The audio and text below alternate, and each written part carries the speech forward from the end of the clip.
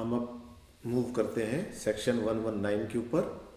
और सेक्शन 119 किसके बारे में बात कर रहा है? एक्सटॉर्शन के अंदर, कि जब आप ग्रीवियस हर्ट पहुंचाते हो एक्सटॉर्शन के लिए। तो इससे पहले हमने देखा था कि ग्रीवियस हर्ट को हमने डिफाइन किया था और सारी चीज़ें हमने देखी थी। और उसके अंदर हमने देखा था कि जब भी कोई 5 या ज़्यादा लोग मिलकर किसी को ग्रीवियस हर्ट पहुंचाते हैं, और किस बेसिस पर? Race, caste, place of birth और इन सारी चीज़ों के ऊपर। तो वो देखा था। अब हम देख रहे हैं कि ग्रीवियस हर्ट किस लिए पहुंचा रहा है? एक्सटॉर्शन के लिए, कोई प्रॉपर्टी वगैरह के लिए। तो उसके अंदर पनिशमेंट कितनी है वो देखते हैं। Whoever voluntarily causes hurt for the purpose of extorting from the sufferer or from any person interested in the sufferer। थोड़ा सा अलग है, इसको समझ लो आप। जैसे मैं किसी को डर दिखाकर, किसी को चोट पहुंचाकर छीन रहा हूं, एक तो ये है।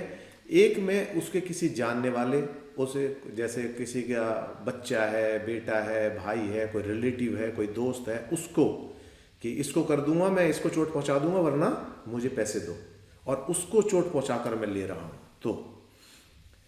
तो ये है ना, from any person interested in the sufferer, जो जिसका उससे संबंध है, जिसको any property or valuable security of constraining the sufferer or any person interested in the sufferer to do anything which is illegal। और क्या कहने कर रहा है? illegal, और which may facilitate the commission of an offense, या मदद करेगा ऑफेंस के अंदर, shall be punished with the imprisonment of either description which may extend to 10 years, 10 साल। तो दो बातें हैं, एक तो एक्सटॉर्शन, कुछ लेना चाह रहा है, और दूसरा क्या है? आप देखो कि to do anything which is illegal, कोई इलीगल काम कराने के लिए कर रहा है। Which may facilitate the commission of an offence, और वो क्या है? उस ऑफेंस को करने में मदद करेगा। जैसे कोई ब्लैक स्मिथ है, उससे ताला तोड़वा रहा है चोरी के लिए, डकैती के लिए, इस तरह से, या कोई और चीज करवा रहा है, एटीएम में गन पॉइंट पे लेकर पैसे निकलवा रहा है, ये सब। तो ये सब क्या है? इलीगल, वो सारी चीजें हो जाएंगी। तो उसके लिए, उस पर्पज को फुलफिल करने के लिए यदि कोई हर्ट पहुंचाता है, तो ग्रीवियस हर्ट पहुंचाता है, तो क्या हो जाएगा? यहां पर सजा हो जाएगी 10 साल तक की, and shall also be liable to fine. ठीक है। Whoever voluntarily causes grievous hurt for any purpose referred to in subsection 1 shall be punished with the imprisonment of life। और यदि है तो imprisonment of life यहां मिल जाएगी उसको, और imprisonment of the description which may extend to 10 years, या 10 साल तक की सजा उसमें होने वाली है। तो यहां पर आपने देख लिया कि वॉलंटरी कॉजेज किसके लिए? कोई वैल्यूएबल सिक्योरिटी या प्रॉपर्टी के लिए, तो लाइफ इंप्रिजनमेंट तक भी हो सकती है। क्योंकि दोनों चीजें है ना, कि ग्रीवियस हर्ट किस वजह से पहुंचा रहा है, ये बहुत इंपॉर्टेंट है। गांव के अंदर, शहर के अंदर आपस में लड़ाई हो गई, लड़ाई में गुस्से में एक दूसरे को चोटें मार दी, उसमें ग्रीवियस हर्ट पहुंच गई, तो वो तो बात अलग, वो तो चलो। लेकिन यहां पर क्या कर रहा है? यहां पर अपराध करने के लिए कुछ, तो वो भी तो अपने आप में अपराध है। एक्सटॉर्शन करना, वैल्यूएबल सिक्योरिटी को चेंज करना, प्रॉपर्टी छीनना, ये सारी भी तो इसलिए इनकी इंटेंसिटी ज़्यादा है। तो यहाँ पर ये स्पेसिफिक हो गई कि किसी को भी एक्सटॉर्शन, तो हमने पढ़ा है एक्सटॉर्शन, थेफ्ट के अंदर हम पढ़ेंगे एक्सटॉर्शन, लेकिन एक्सटॉर्शन करते वक्त यदि ये कोई चोट, ग्रीवियस चोट पहुँचाता है, तो किस में फॉल कर जाएगा? 119 के अंदर फॉल कर जाएगा। ठीक है। अब आगे देखिए 120। तो 120 कौन सी है? रेस्टोरेशन ऑफ प्रॉपर्टी को लेकर। तो ये है, whoever voluntarily causes hurt for the purpose of extorting from the sufferer or any person interested in the sufferer any confession। तो ये किससे रिलेटेड हो गया? कन्फेशन वर्ड आते के साथ ही पुलिस से रिलेटेड हो गया। कन्फेशन कौन कराती है? पुलिस कराती है। तो पुलिस कैसे कराएगी? राजी खुशी थोड़ी कराएगी। तो पुलिस क्या करेगी? 3rd डिग्री देगी, चोट पहुंचाएगी। तो उससे, और चोट का भी तरीका होता है, जो मेडिकल में ना आए उनके अपने तरीके होते। तो एनी कन्फेशन और एनी, अब ये ना पर्सन इंटरेस्टेड इन सफरर, मान लो मेरा कोई भाई है, उसने कोई अपराध कर दिया और वो भाई तो चला गया, मुझे उठा लेंगे थाने में, अब मेरी भी इज्जत कर रहे हैं, वो वहाँ मेरी भी खातिर तवज्जो कर रहे हैं, तो वो है इंटरेस्ट इन सफरर। समझ गया? तो वो information which may lead to the detection of any offence और मिसकंडक्ट और for the purpose of constraining the sufferer और any person interested in sufferer to restore और to cause the restoration of any property और valuable security to satisfy any claim और demand. अब इसको समझ लो, चोरों की पिटाई करते हैं चोरी की चीज निकलवाने के लिए, लूट का माल निकलवाने के लिए, तो उसके लिए आ गया रिस्टोरेशन ऑफ एनी प्रॉपर्टी और वैल्यूएबल सिक्योरिटी, जो उसने चुराई है, जो उसने लूटा है, जो उसने डकैती डाली है, उसके लिए। ठीक है, to claim the demand and give information which may lead to the restoration property, या कुछ ऐसी इंफॉर्मेशन निकालना जिसे पता लगे कहाँ छुपा रखी है, किसके पास छुपा रखी है। shall be punished with the imprisonment of the description for a term which may extend to 7 years, 7 साल तक की सजा हो सकती है। इससे पहले आईपीसी के अंदर डायरेक्टली इस तरह से नहीं था, अब इसके अंदर तो सीधे सीधे कन्फेशन वर्ड ही लिख दिया कि जानकारी निकालने के लिए पुलिस यदि टॉर्चर करती है तो उसका नतीजा क्या होगा, 10 साल तक की सजा उनके लिए हो जाएगी। तो ये बिल्कुल ही क्लियर हो गया। अब यहाँ इलस्ट्रेशन से बिल्कुल ही क्लियर हो जाएगा। A police officer torture Z in order to induce Z to confess that he has committed a crime.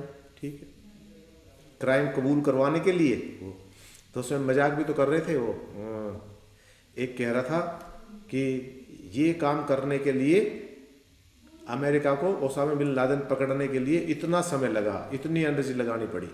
यदि इंडियन पुलिस को कहते तो 3-4 ओसामा पेश कर देते, वो सब कबूल करते हैं, हाँ मैं ही ओसामा बिन लादेन हूँ, मैं ही ओसामा बिन लादेन। तो वो इस टॉर्चर की बात कर रहे हैं। और एक और है कि एक मंत्री जी की घड़ी गुम हो गई, और घड़ी गुम हो गई तो उसने पुलिस वाले को कह दिया कि भाई वो घड़ी जो है मेरी बहुत कीमती घड़ी थी, वो गुम हो गई, उसका पता लगाओ। तो यहाँ पर होता क्या है कि मंत्री जी को ध्यान आता है एक बार बाथरूम में तो चेक कर लूँ, तो बाथरूम में गए तो घड़ी वहाँ मिल जाती है। तो मंत्री जी दोबारा फ़ोन करते हैं ये बताने के लिए घड़ी मिल गई। तो दूसरी तरफ से एसएचओ का फ़ोन आता है, जैसे मंत्री जी कहते हैं हाँ जी, तो कहते हैं आप चिंता ना करो, एक ने तो घड़ी कबूल कर ली और दूसरा घर से लेके आ रहा है। ऐसे मतलब 2-2 घड़ियाँ कबूल करवा दी उन्होंने, और जबकि घड़ी मंत्री जी के पास ही थी। तो पुलिस के टॉर्चर कहते हैं ना कि उसके सामने, मार के सामने तो अच्छे कांपते हैं, भूत भी कांपते हैं, तो वो यही है। लेकिन ये परंपरा गलत है। इस परंपरा के अंदर वो चीज़ें भी कई बार आदमी कबूल कर लेता है डर की वजह से, मारपीट की वजह से, जो उसने नहीं की होती है। इसलिए कोर्ट इस प्रैक्टिस को, और हमारा जो ये बीएनएस है, इस प्रैक्टिस को हटाना चाहता है, क्यों? उसके तरीके बहुत हैं, और तरीके हैं आपके पास। A police officer torture B to induce him to a point where certain stolen properties deposited, कहाँ उसने छुपाई थी उसके लिए टॉर्चर कर रहा है। ठीक है, A रेवेन्यू ऑफिसर टॉर्चर, अब ये रेवेन्यू ऑफिसर भी आ गए इसमें। रेवेन्यू ऑफिसर टॉर्चर क्या कर रहा है, लोन है नहीं भर रहा है, उसको भरवाने के लिए आपने देखा होगा ये माफिया भी आजकल है कि लोन की रिकवरी के लिए 2% पे 1% पे बहुत सारे माफिया है, और वो गाली देते हैं, मारपीट करते हैं, गुंडों ही गैंग है, क्योंकि उनको परसेंटेज मिलता है, और हर पॉसिबल तरीका वो अख्तियार करते हैं। और इसी तरह से यहाँ तो रेवेन्यू ऑफिसर लिख रखा है, प्राइवेट भी बहुत सारे लोग हैं जो बैंकिंग से वो रिकवरी के नाम पर अपनी परसेंटेज तय कर लेते हैं और सब करते हैं। पहले क्रेडिट कार्ड में ऐसा बहुत चलता था, क्रेडिट कार्ड की पेमेंट ओवर ड्यू हो जाती थी। वो आजकल तो खैर सिबिल का वो आ गया है कि आपकी सिबिल खराब हो जाएगी, फिर आप कहीं से लेन देन नहीं कर पाएंगे। तो आजकल इस डर के अंदर लोग बाग अपने लेन देन को सही रखते हैं।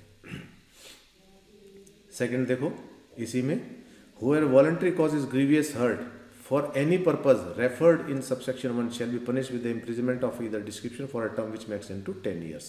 और इसके लिए सजा कितनी होगी, 10 साल की होगी। ठीक है, 121 whoever voluntarily causes hurt to any person being public servant in discharge of his duty, very very important, किसको नुकसान पहुंचा रहा है, पब्लिक सर्वेंट को। और वो पब्लिक सर्वेंट क्या है, यहां पर पर्टिकुलर लिखा हुआ है discharge of his duty as a public servant.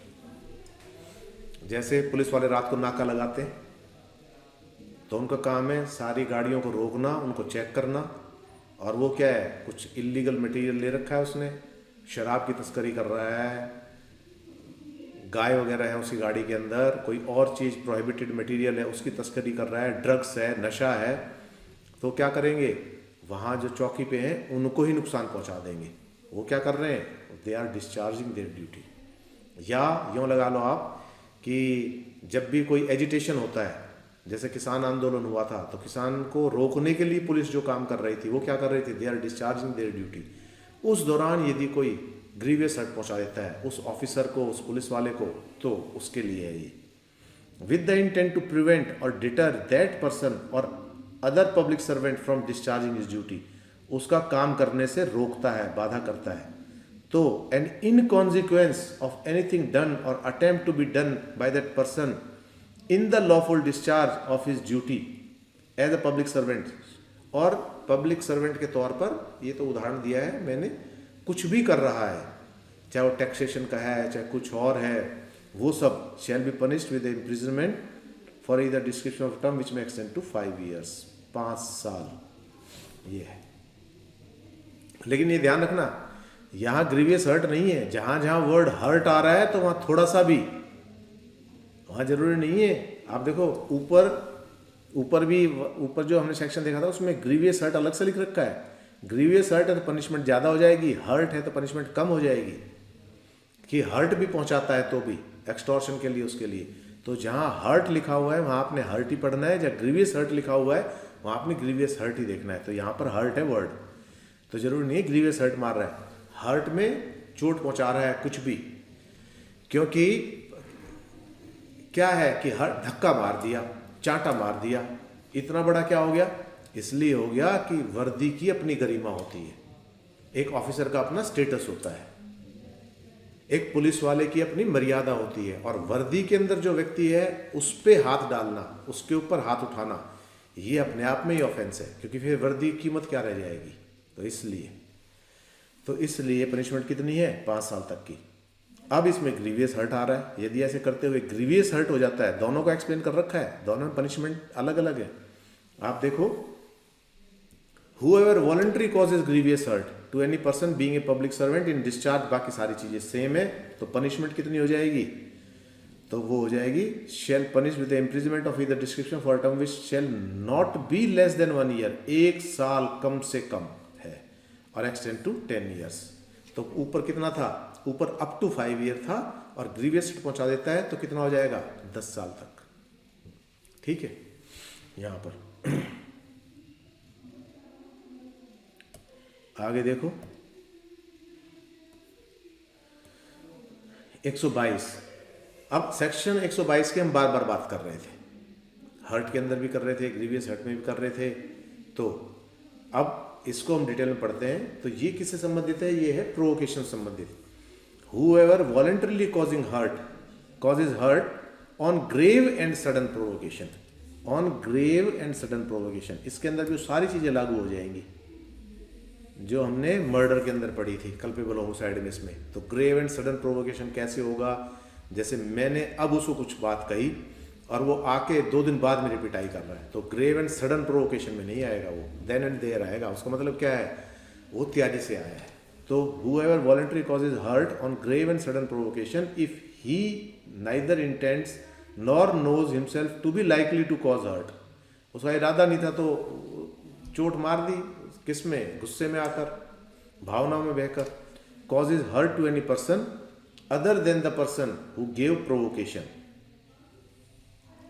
causes hurt to any person other than the person who gave the provocation shall be punished with the imprisonment of either description for a term which may extend to 1 month, 1 महीने के लिए हो सकता है यदि hurt है तो। ठीक है, और 5,000 तक का फाइन हो सकता है। ठीक, अब देखो whoever voluntarily causes grievous hurt, अब इसी के अंदर grievous hurt वो भी किस पे है, ग्रेव एंड सडन प्रोवोकेशन के ऊपर है, उकसाने पर है। ठीक है, he neither intend nor knows himself to be likely to cause grievous hurt, उसको भी नहीं पता था कि गुस्से के अंदर ऐसा हो जाएगा, क्योंकि चाह तो नहीं रहा था। to any person other than the person who gave provocation shall be punished, उसके अलावा है तो shall be punished with the imprisonment of the description which may extend to 5 years। तो वहाँ जो 1 महीने की थी कितनी हो जाएगी, ये 5 साल की हो जाएगी, 5 साल तक की हो जाएगी। And fine and may extend to 10,000 rupees. Fine कितना है, 10,000 तक का हो जाएगा।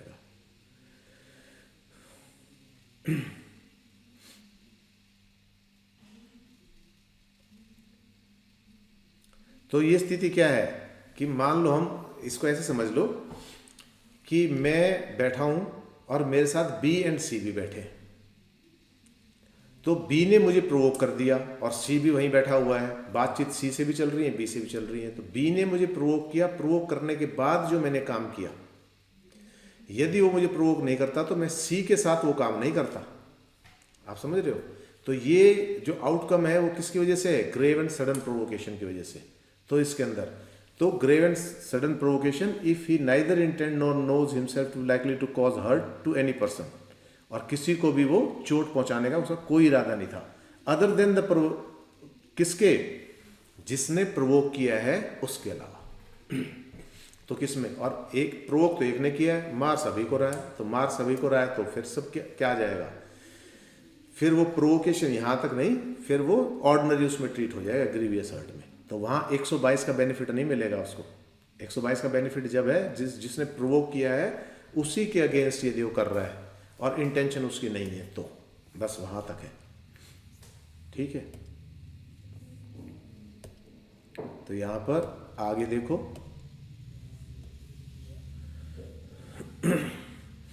इंपॉर्टेंट है 123, whoever administers to or causes to be taken any person, any poison or any stupefying, intoxicating and wholesome drug or thing which intend to cause hurt to such person। whoever administer, किसी आदमी को मजबूर कर रहा है, किसके लिए, poison, जहर के, उसकी इंटेंसिटी कुछ भी हो सकती है, स्टूपिफाइंग, जिससे वो अपनी सेंसेस खो दे, इंटॉक्सिकेशन, नशा, होलसम ड्रग, इस तरह की जो आदमी के होश हवास को खो बैठता है, वो सब, और या विद इंटेंट टू कमिट और टू फैसिलिटेट द कमीशन, ये सब किस लिए दे रहा है, उसके लिए, कमीशन को फैसिलिटेट करने के लिए, knowing it to be likely that there he will thereby cause hurt shall be punish with the imprisonment of the description which may extend to 10 years। आपने देखा होगा, सुना होगा, अक्सर झगड़े कहाँ होते हैं, जहाँ ये 4 दोस्त बैठ के शराब पी रहे थे और इंटॉक्सिकेशन के अंदर, और उसने भी उसको प्रोवोक करने के लिए, क्योंकि क्या होता है जब भी ये नशे और ये ड्रग्स और ये सारी चीज़ दी जाती है तो आदमी का लॉजिकल पार्ट काम करना बंद कर देता है।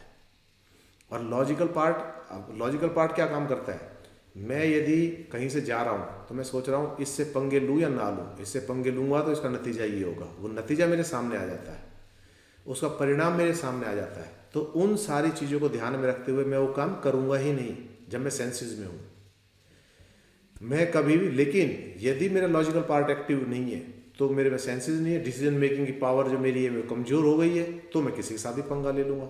तो यहाँ पर इसलिए तो कितनी सज़ा हो जाएगी उसको, 10 साल तक की हो जाएगी यदि ऐसा कुछ करवाता है तो, क्योंकि उस लॉजिकल पार्ट उसका है नहीं, उसको आप किसी भी चीज़ में इंडल्ज कर सकते हो, उससे आप कुछ भी करवा सकते हो, कुछ भी करने के लिए मोटिवेट कर सकते हो, उसको चढ़ा सकते हो आप, और अपने उसमें भी भागीदार बना सकते हो, अपने जुर्म के अंदर भी। ठीक है, तो यहाँ पर क्या है, उसके प्रभाव के अंदर यदि वो करता है तो वो तो क्या हो जाएगा, इनोसेंट हो जाएगा। यदि वो राजी खुशी ले रहा है तो बात अलग है, लेकिन यदि उसकी नॉलेज के बिना ले रहा है तो हम कहाँ चले जाएंगे, एक्सेप्शंस में। जनरल एक्सेप्शंस में क्या था, यदि मेरी मर्जी के बिना किसी ने मुझे कुछ इंटॉक्सिकेट कर दिया और मैंने कोई अपराध कर दिया तो that will not come under the definition of offence, तो ऑफेंस नहीं होगा। ठीक है, लेकिन यहां पर किसकी बात हो रही है, जो कर रहा है, causing hurt by the means of, वो अपना फायदा उठाने के लिए कॉजिंग हर्ट। अब यहां पर intent to commit an offence, जैसे लड़कियों को अक्सर आता है ना, ड्रिंक के अंदर कुछ मिला दिया और उससे वो क्या है, अपनी सेंसेस खो बैठी, वो सब, तो वहाँ कंसेंट वगैरह कोई वो नहीं है, तो वो सब। तो यहाँ पर हर्ट का मतलब ये है किसी भी तरह का नुकसान उसको होता है, तो ये तो है वो 10 साल तक की सज़ा हो जाएगी उसको। ठीक है,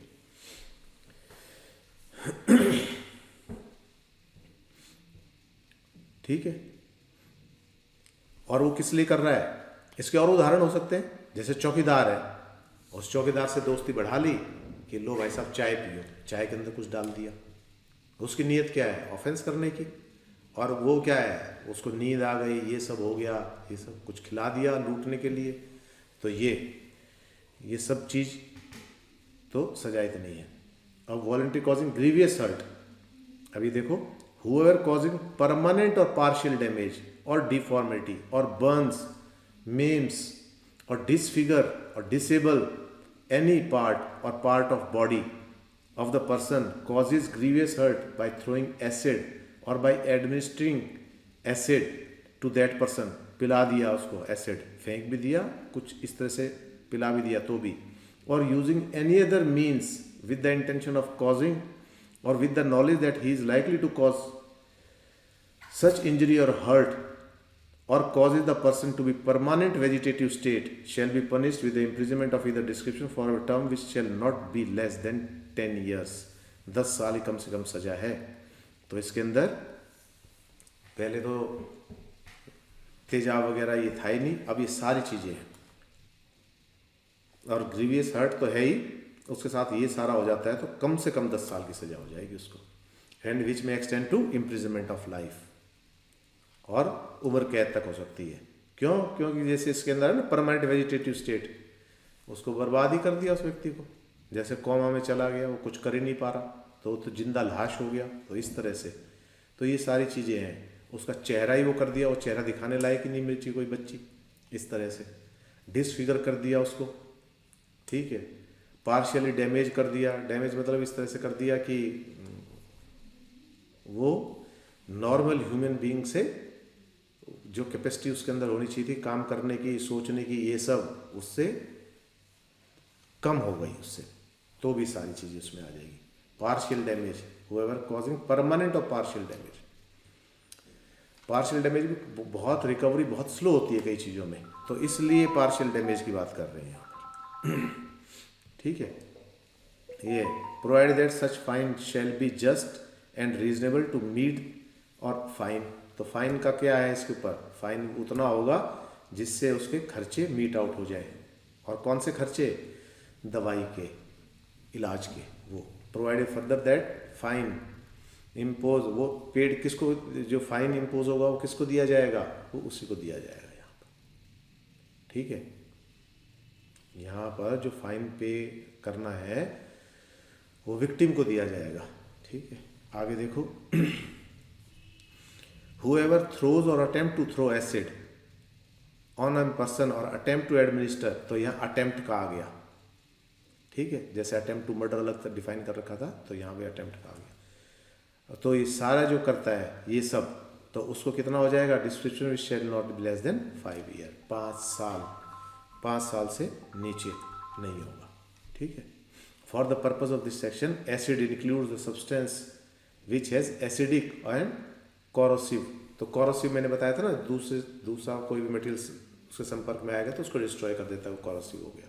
और बर्निंग नेचर, कई एसिड्स होते हैं उनकी बर्निंग नेचर होती है, वो सब, उन सब का। For the purpose of section, permanent and partial damage and deformity and permanent vegetation shall not be require to be irreversible. तो ये क्या है, यहाँ जो परमानेंट और पार्शियल डैमेज और डिफॉर्मिटी की बात कर रही है, ये shall not be required to be irreversible, वापस उस स्टेट में ना आए, तो ऐसा है। तो परमानेंट तो वही होगी ना जो हमेशा के लिए हो गई, वही सारी चीजें। तो 125 देखो,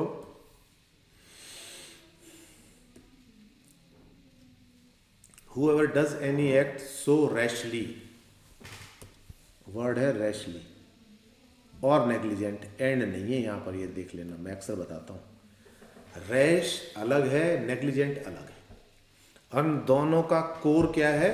केयरलेसनेस, लापरवाही। कोई बहुत तेज, रैश क्या है? बहुत तेज गाड़ी चला के जा रहा है, उसको पता है भीड़ भड़क्का है, गाड़ी कंट्रोल नहीं होगी, बहुत ज़्यादा भीड़ है और किसी से भी एक्सीडेंट हो सकता है। बहुत सकरी सकरी गली है, कोई भी अपने घर के बाहर कहीं से भी आ सकता है, और फिर वो बंदा रैश चला रहा है, तेज चला रहा है, क्योंकि इतनी जल्दी तो कंट्रोल होगी नहीं। और किसी सोसाइटी के अंदर, पार्क के अंदर कोई रैश एक्ट कर रहा है, किसी चीज़ को फेंक रहा है, तो वहाँ बहुत सारे लोग हैं, किसी को भी लग सकता है ये रैश है, सब कुछ ठीक है। और नेग्लिजेंटली ऐसे है जिसमें ड्यू केयर, प्रॉपर केयर नहीं है, तेज तो नहीं है लेकिन प्रॉपर केयर नहीं है, तो भी ऐसा हो सकता है। जैसे कोई चीज़ मेन होल है, सफाई की उसकी और फिर उसको खुला छोड़ दिया, तो ये नेग्लिजेंट है। तो उससे क्या है? As to endanger human life, जिससे आदमी की जान खतरे में आ जाती है, और पर्सनल सेफ्टी ऑफ अदर्स, या दूसरों की सेफ्टी खतरे में आ जाती है। B punish with the imprisonment of either description for a term which may extend to 3 months, 3 महीने की सजा हो जाएगी इसमें। तो ये क्या है? एंडेंजर, खतरा हो सकता है, यहाँ बात है, ठीक है। और 2000 तक का fine. Where hurt is caused, ये तो है एंडेंजर की। वेयर हर्ट इज कॉज्ड तो कितना हो जाएगा? एक्सटेंड टू 6 महीना, तो यहाँ 3 महीने से बढ़कर 6 महीने हो जाएगा, ठीक है। और ग्रीवियस हर्ट हो जाती है तो 3 साल हो जाएगा, और विच में एक्सटेंड टू 10,000 रुपीज़, ठीक है। तो रैश एंड नेग्लिजेंट एक्सीडेंट के केसेस में आता है जनरली। गाड़ी चला रहा है लापरवाही के साथ, मोबाइल पे बात कर रहा है, गाड़ी चाहे धीरे चला रहा है, ध्यान ही नहीं है, किसी की प्रॉपर्टी को डैमेज कर दिया, वहाँ कोई खड़ा था उसको डैमेज कर दिया, ये सारी चीज़ें, ठीक है। और नेग्लिजेंट में भी आएगा, रेड लाइट क्रॉस कर दी, और दूसरा बंदा क्या है? ग्रीन समझ के अपनी स्पीड में आ रहा है कि ग्रीन लाइट है, और उसके साथ वो भी नेग्लिजेंट है, तो ये सारी चीज़ें इसके अंदर आ जाएंगी, ठीक है। तो ये हमने आज यहाँ तक किया। अगली बार हम करेंगे wrongful restrain and wrongful confinement, इससे संबंधित सारे सेक्शंस करेंगे, ठीक है। तो that's all for the day. विवेचना जुडिशरी एकेडमी, आपका लक्ष्य हमारा विश्वास।